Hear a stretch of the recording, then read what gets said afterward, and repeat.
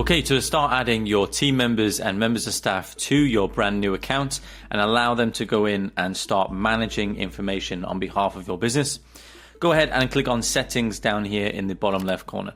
This will then go ahead and open up this settings portion within the software.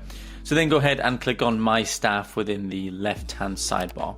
This will then go ahead and open up the staff settings section within the settings of your account. So if you already have staff members set up in your account, you will now see a list of staff members listed here within your account where you can manage them, remove them, and change settings and things like that.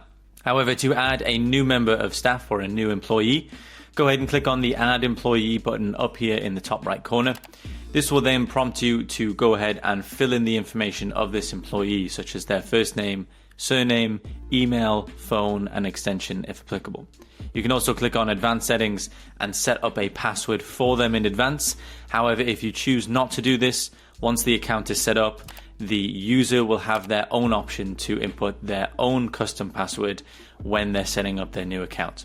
Most people leave this blank, and it's usually preferred, unless for a very specific reason why you need to create a custom password for them, to allow your members of staff to create their own password. You also have the option to connect them to pre-existing calendars. In this case, we do not have any calendars set up, so it will be grayed out. However, if you already have existing calendars set up that you would like to assign to this employee, you can do so in here.